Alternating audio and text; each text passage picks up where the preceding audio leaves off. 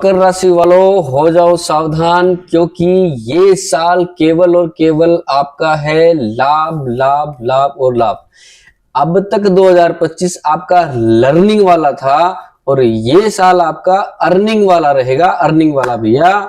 तो ऐसा है, शनि देव ने आपको पिछले 2.5 सालों में बहुत कुछ दिखा दिया और बहुत कुछ सिखा दिया, लेकिन अब आपका समुद्र मंथन हो चुका है और उसमें से अब अमृत निकलने की देर है। केवल आपको मेहनत पे और अपने स्वास्थ्य पे ध्यान देना है। उसके बाद आप जहां हाथ डालोगे वहां से आपको पैसा मिलेगा। ये बात आप सोच के रखना, क्योंकि आपकी जो ग्रहों की स्थिति है और जो गोचर है वो अब आपका बहुत इस साल में सही रहने वाला है। जो शनि की 7.5 और ढैया थी वो आपकी निकल चुकी है।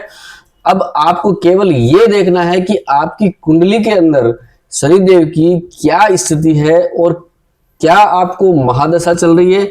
तो अगर आपको महादशा चल रही है तो शनिदेव किस स्थिति में है, उच्च की स्थिति में है, नीच की स्थिति में है, अस्त है, उदय है और किस अवस्था में है। यदि आपको ये किसी भी तरह की कोई दुविधा हो तो आप मुझे नीचे डिस्क्रिप्शन में दिए मेरे मोबाइल नंबर पर संपर्क कर सकते हैं।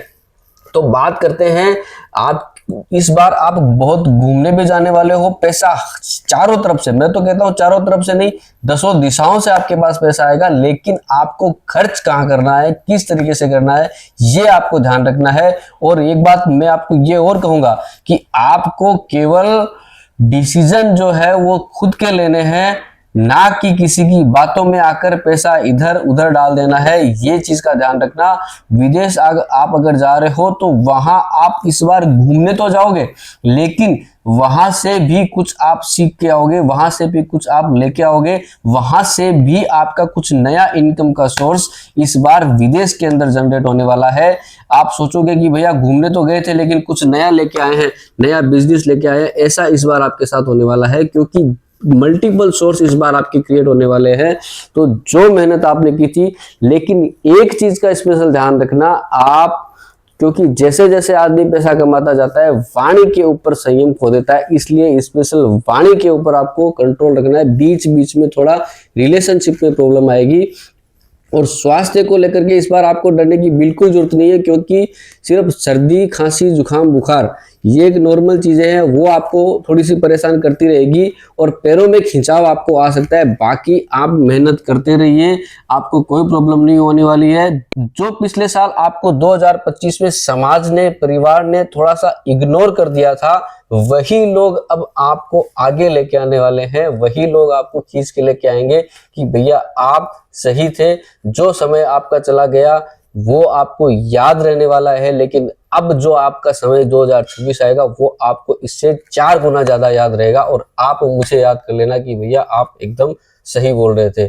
आपको भगवान से जुड़े रहना है, धार्मिक पूजा पाठ, अनुष्ठान, इन सब से जुड़े रहना है और भगवान को हर वक्त थैंक यू बोलते रहना है। इससे क्या होगा कि आपके अंदर अहंकार की भावना नहीं आएगी कि जो दे रहा है वो दे रहे, जो लिया वो भी उन्होंने लिया और जो दे रहे हैं वो भी वही दे रहे हैं। ये आपको स्पेशल ध्यान रखना है। बार बार भगवान को थैंक यू बोलते रहे।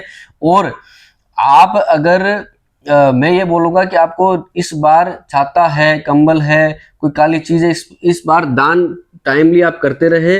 और हनुमान चालीसा का पाठ है, सुंदरकांड का पाठ है, ये भी आप करते रहे। और चाहे तो किसी से आप करवा भी सकते हैं। आप चाहे नौकरी कर रहे हो, चाहे आप बिजनेस कर रहे हो, चाहे आप पढ़ रहे हो, आपको थोड़ा कंपटीशन तो मिलेगा, लेकिन आपको दिमाग में एक ही चीज रखनी है कि मेरा गोल्डन टाइम चल रहा है और सिर्फ मेरा ही टाइम चल रहा है। यही चीज ध्यान में रखोगे तो चुनौतियों से, जितनी भी चुनौतियां और जितने भी आपको कंपटीशन मिलेंगे, उससे, उन सब से आप बाहर निकल जाओगे और एक लेवल पर पहुंच जाओगे। लेकिन हो सकता है लोग आपसे जले, इसलिए आपको दिखावा बिल्कुल भी नहीं करना है। सिर्फ और सिर्फ संयम बरतने की जरूरत है। पैसा कहाँ खर्च करना है, कैसे खर्च करना है, इसके ऊपर शांति से कमाने के बाद उसके ऊपर विचार करना है। तो मिलते रहेंगे।